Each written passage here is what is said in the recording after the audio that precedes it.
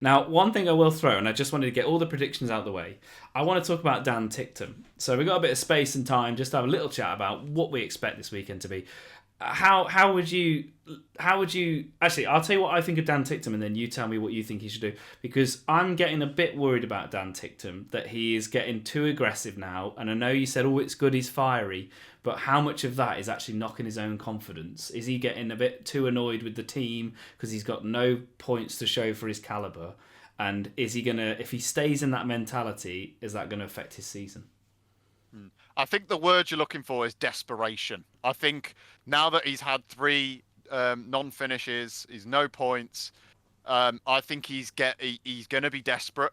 He wants to prove himself. We know that, and obviously with his fiery interviews and his digs at his team and stuff, I think it just shows that he really wants it.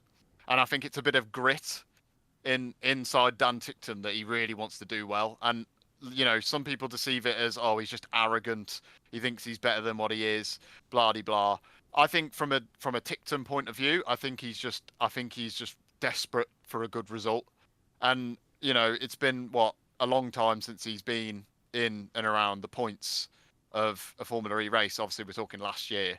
So I think he is desperate for it, and I think that's probably what is going on in his mind. I mean, I might be completely way off, but from a fan's point of view, I think he is desperate and he really, really wants to get where he wants to be, and I think he knows he's capable of it. But we'll see. I think we'll see. What do you think? I think after watching the Driver series where we saw season two showed a relationship between Pascal Wehrlein and Dan Ticktum, that's when the light bulb came in my head that I was like, he drives for a Porsche powertrain in Kiro and he is good. Would he be the one who replaces Muller if that doesn't go the way it is?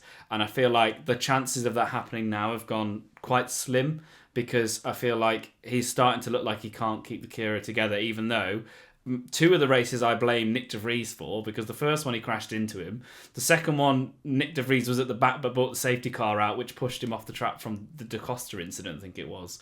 And then I think it is the tyre pressures for Miami. Yeah. So, but it's not impossible for him to not get up to the top. I just think the chances of him like having this opportunity to win the championship, even though if he wins both races this week and all the others have mares, where's that put him? That would actually probably put him in the lead. So, or maybe fourth if he just absolutely energized it. He could probably get to fourth, just like how we've seen Jag go from this depressing mess to ready to take the fight back to Porsche, who are 30 points or 28 points ahead of Citroen.